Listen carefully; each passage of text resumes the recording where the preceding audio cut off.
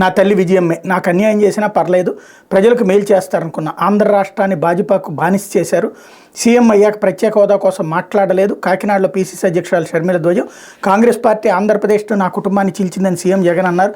నిజానికి రాష్ట్రం అలా దయనీయ స్థితిలో ఉందంటే కారణం చంద్రబాబు, జగన్. రాజశేఖర రెడ్డి కుటుంబం చీలింది అంటే అది చేజేతులారా చేసుకున్న జగనన్నే.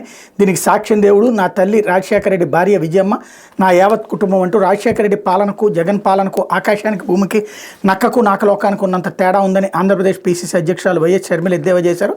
కాకినాడ, ఏలూరులో గురువారం ఉమ్మడి తూర్పుగోదావరి, పశ్చిమ గోదావరి జిల్లాల కాంగ్రెస్ ముఖ్య నాయకులు, కార్యకర్తల విస్తృత స్థాయి సమావేశంలో షర్మిల ప్రసంగించారు. రాజశేఖర రెడ్డి కుటుంబం చీలిపోవడానికి జగనే కారణమన్నారు. నాన్న ఉన్నంతకాలం ప్రజల మధ్య బతికారు, కానీ ఆయన వారసుడిని చెప్పుకునే జగన్ నియంతలా తయారయ్యారు.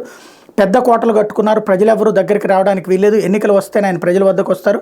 కనీసం సొంత ఎమ్మెల్యేకు కనిపించారు. అప్పట్లో రాజశేఖర రెడ్డి ప్రజాదర్బార్ నడిపేవారు. ఆ స్వేచ్ఛ ఇప్పుడు ఉందా అని షర్మిల ప్రశ్నించారు.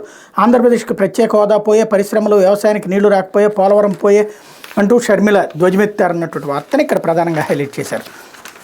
ఇకపోతే